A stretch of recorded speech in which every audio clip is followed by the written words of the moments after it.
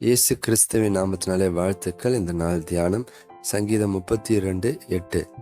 நான் உனக்கு போதித்து நீ நடக்க வேண்டிய வழியை உனக்கு காட்டுவேன். உன்மேல் என் கண்ணை வைத்து உனக்கு ஆலோசனை சொல்லுவேன். நம்ம வாழ்கிற வாழ்க்கையில் ஒவ்வொரு நாளும் நம் வழி நடக்க வேண்டிய சில காரியங்கள் உண்டு. ஒரு குடும்பம்னு எடுத்துக்கிட்டா, ஒரு கணவன் ஒரு மனைவியை வழி நடத்துவாங்க, பெற்றோர் பிள்ளைகளை வழி நடத்துவாங்க.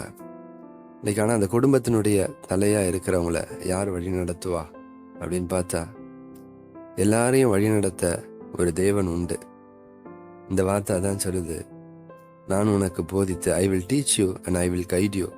உன்னுடைய ஒவ்வொரு டிசிஷன்லையும் என்ன செய்யணும், எப்படி செய்யணும், எங்கே போகணும்னு சொல்லி ஆண்டவர் நம்ம முன்னின்று நடத்துவார். நம்ம யோவான்ல 10 வாசிக்கிறோம், என் ஆடுகளின் சத்தத்துக்கு செவி கொடுக்கும், நான் அவைகளுக்கு முன்பாக செல்கிறேன், அவைகள் என் பின் செல்கிறது. யோசிச்சு பாருங்க, நல்ல மெய்ப்பன் நமக்கு முன்னாடி நடந்து போறாரு, நமக்கு அவர் வழி காட்டுகிற தேவனா இருக்கிறார். அல்லேலூயா. இப்போ இந்த நாளில் நம்ம ஆண்டவருடைய வழியை அறிந்து கொள்ளணும் அப்படின்னா, நிறைய நேரத்தில் எப்படி யோசிக்கிறோம், ஆண்டவர் நம்மளோட சத்தமாக பேசணும் அப்படின்னு நம்ம யோசிக்கிறோம். ஆனால் பிரியமானவர்களே, ஆண்டவர் நமக்கு இந்த வார்த்தைகளை கொடுத்திருக்கிறார். சங்கீதம் 119 வாசிக்கிறோம், அவருடைய வசனம் நம்முடைய கால்களுக்கு தீபம், பாதைக்கு வெளிச்சமா இருக்கிறது. அல்லேலூயா. அது நம்மளை ஒவ்வொரு நாளும் ஒவ்வொரு அடிகளாய் நடத்துகிறது. யோசுவாவுக்கு கர்த்தர் சொல்லும் பொழுது அதனால் தான் சொல்றாரு, யோசுவா 1:8, யோசுவா, இந்த நியாயப்பிரமாண புஸ்தகம் உன் வாயை விட்டு பிரியாதிருப்பதாக, இதை விட்டு இடது வலதுபுறம் விலகாதபடிக்கு நீ எச்சரிக்கையாயிரு. அப்பொழுது உன் வழிகளை நீ வாய்க்க பண்ணுவார்.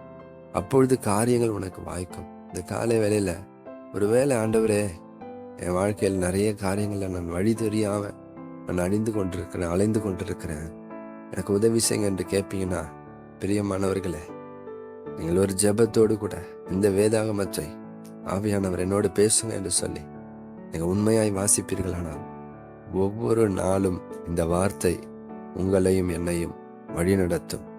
அவர் நமக்கு முன்பாக செல்லுவார். நம்ம அவருடைய ஆடுகளாக அவருக்கு பின்பாக செல்வோமானார், அவர் நம்மை நல்ல நிலத்துல மேய்த்து அமர்ந்த தண்ணீரண்டையில, உள்ளுள்ள இடங்களில வைப்பார். அமர்ந்த தண்ணீரண்டையில நடத்துவார். நன்மையும் கிருபையும் நம்மை தொடரும்படி செய்வார். அல்லேலூயா. இந்த வார்த்தையை நம்ம நம்புவோம், இந்த வார்த்தையை மேன்மைப்படுத்துவோம். ஒரு சகல பிரஸ்தாபத்தை பார்க்கலாம்.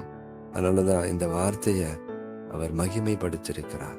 இந்த வார்த்தையை இந்த நாளை வாசித்து உங்கள் நாளை துவங்குங்க. இயேசுவின் நாமத்தினாலே, ஆமென்.